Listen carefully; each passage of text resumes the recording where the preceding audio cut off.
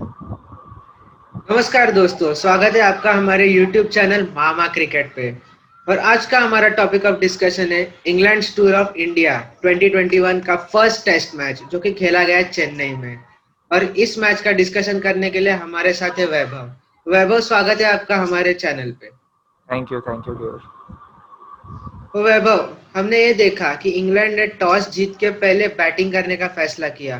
तो क्या पिच के हिसाब से ये फैसला सही था?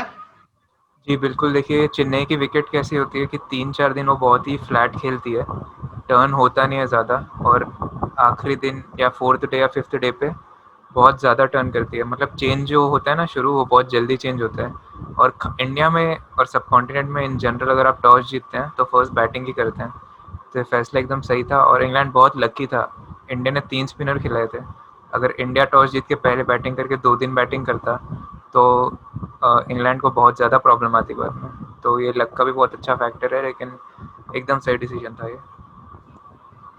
इंग्लैंड के फर्स्ट इनिंग्स के टॉप स्कोरर रहे जो रूट, जिन्होंने स्कोर किए 218 रन्स। और इंग्लैंड ने 190 ओवर्स खेल के 578 रन्स इतने बनाए उनके फर्स्ट इनिंग्स में। तो मैं आपको पूछना चाहूंगा कि इंडियन कैप्टनसी में ऐसी क्या गलती हुई कि इंग्लैंड इतना बड़ा स्कोर कर पाया? जी देखिए, विराट कोहली अभी आए हैं, वो बहुत टाइम के बाद कैप्टनसी करने टेस्ट मैचेस में। प्रॉब्लम फर्स्ट इनिंग्स में की, जो फर्स्ट सेशन था फर्स्ट डे का, उसमें इतनी नहीं थी क्योंकि उसमें इंडिया को लंच पे जाते जाते ना 2 विकेट मिल गए थे, एक अश्विन से एक बुमराह से, तो वहाँ प्रॉब्लम नहीं थी इतनी। प्रॉब्लम विराट कोहली की कैप्टनसी में भी, और इंडिया के जो 2 बॉलर्स हैं, शाहबाज नदीम और वॉशिंगटन सुंदर, फोर्थ और फिफ्थ बॉलर्स, प्रॉब्लम इनकी बहुत बड़ी है।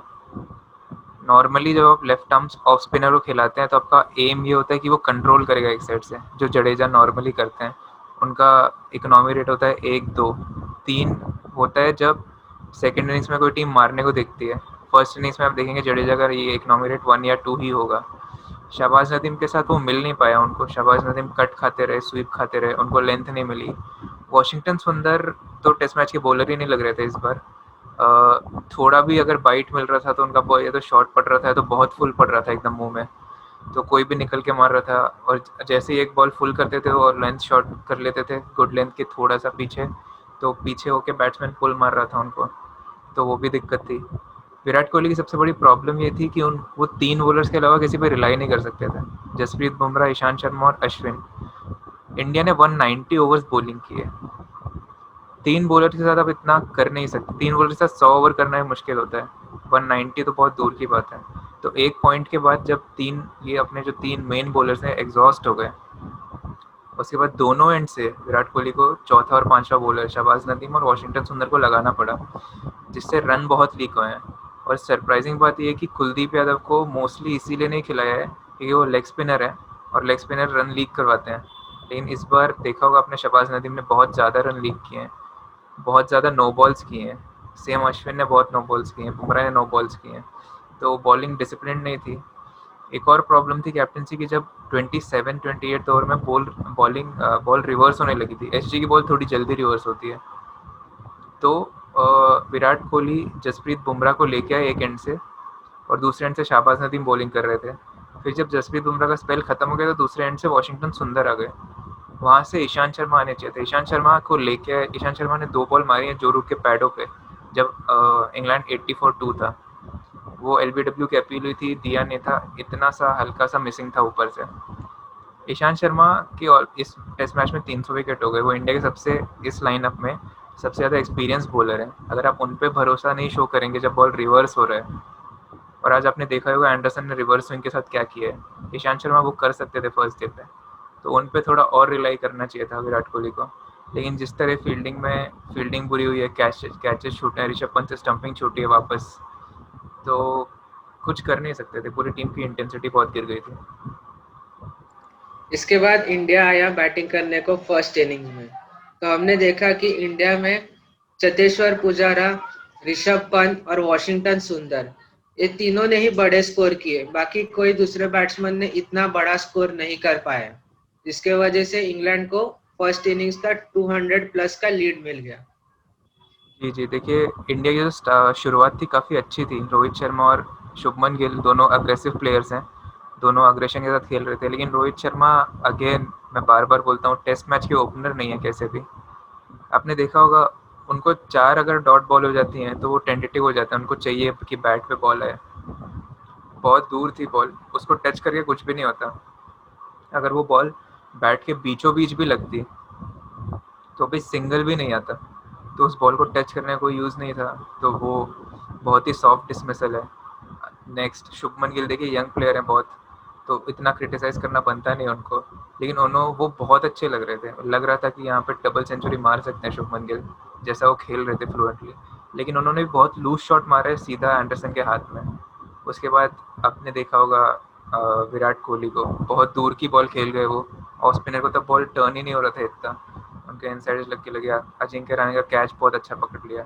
इंडिया 84 पे 4 था एक टाइम पे, वहाँ से तो लग रहा था कि शायद 200 के नीचे सिमट जाएगी। लेकिन ऋषभ पंत से सीखना चाहिए, जो इंडिया के टॉप ऑर्डर के बैट्समैन है, जो एक्सपीरियंस्ड है। ऋषभ पंत ने बहुत सिंपल काम किया है। ऋषभ पंत ने वो काम किए तो सुनील गावस्कर, जावेद मियांदाद और ये सब किया करते थे। ये सबसे पुरानी ट्रिक है क्रिकेट में, टेस्ट क्रिकेट में खासकर।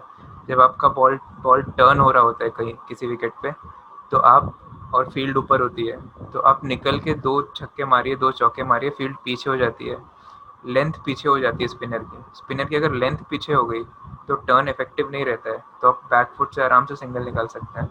ऋषभ पंत ने यही किया था जैक लीच के साथ। जैसे ही ऋषभ पंत आए, उनको जैक लीच पड़े, उन्होंने उनको छक्के मारे मिड विकेट और उनके जो स्ट्रॉन्ग एरियाज हैं। उसके बाद फील्ड पीछे हो गए, उनको आराम से सिंगल मिलते रहे, खेलते रहे वो। अगर वो पार्टनरशिप और प्रोलॉन्ग हो जाती, इंडिया 450 के आसपास बना लेता, तो ये मैच इंडिया जीत भी सकता था। लेकिन यही बात है, ये टॉप ऑर्डर के बैट्समैन को थोड़ा देखना पड़ेगा कि अटैक करना पड़ेगा, बहुत डिफेंसिव माइंड से खेल रहे थे। फर्स्ट इनिंग्स में 200 प्लस का लीड मिलने के बाद इंग्लैंड सेकेंड इनिंग्स में सिर्फ 178 रन्स पे ऑल आउट हो गया।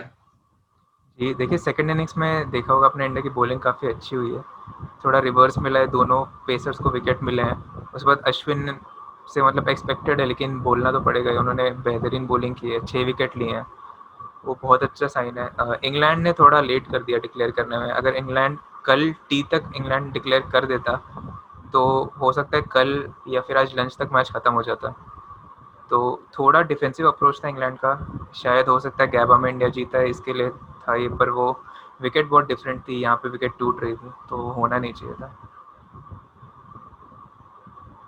इंडिया को सेकेंड इनिंग्स में जीतने के लिए 420 का टारगेट था, और इसके बाद at the end of the fourth day India 39 for 1 था, और लास्ट डे इंडिया को खेल के एटलीस्ट मैच बचाना था, लेकिन वो हो नहीं पाया। आपको क्या लगता है कि विकेट कितना खराब था कि कोई बैट्समैन टिक ही नहीं पाया एक्सेप्ट फॉर विराट कोहली देखिए, एंड विकेट शुभमन गिल जिन्होंने। विकेट काफ़ी ख़राब था, काफ़ी ज़्यादा ख़राब था विकेट। जो विराट कोहली की डिसमिसल और अजिंक्य रहाणे की डिसमिसल देखी होगी आपने, बॉल बहुत ही नीचे थी, तो विकेट तो ख़राब था पर अनप्लेएबल नहीं था कैसे भी। ये बोलना बहुत गलत होगा। जो जेम्स एंडरसन के बॉल पे बोल्ड हुए हैं दोनों बैट्समैन, शुभमन गिल और ये अजिंक्य रहाणे, दोनों रिवर्स स्विंग से आउट हुए हैं, बाउंस से कोई आउट नहीं हुआ है।